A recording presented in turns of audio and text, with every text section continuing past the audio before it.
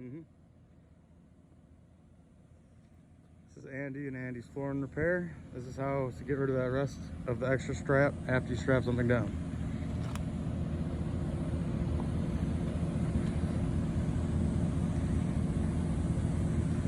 Get it rolled up real nice and tight. Keep a good little hole in the middle. So slide it through the center, pull it through, wrap it back around, pull, and knot. And boom, there's your excess. Here it is again. Wrap it up nice like a donut. Roll it on down. you want to leave a little bit of extra. Leave about 18 inches extra. No.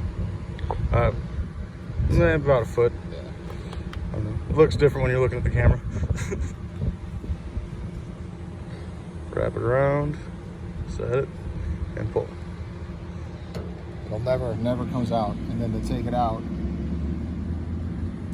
You just pretty much do the reverse.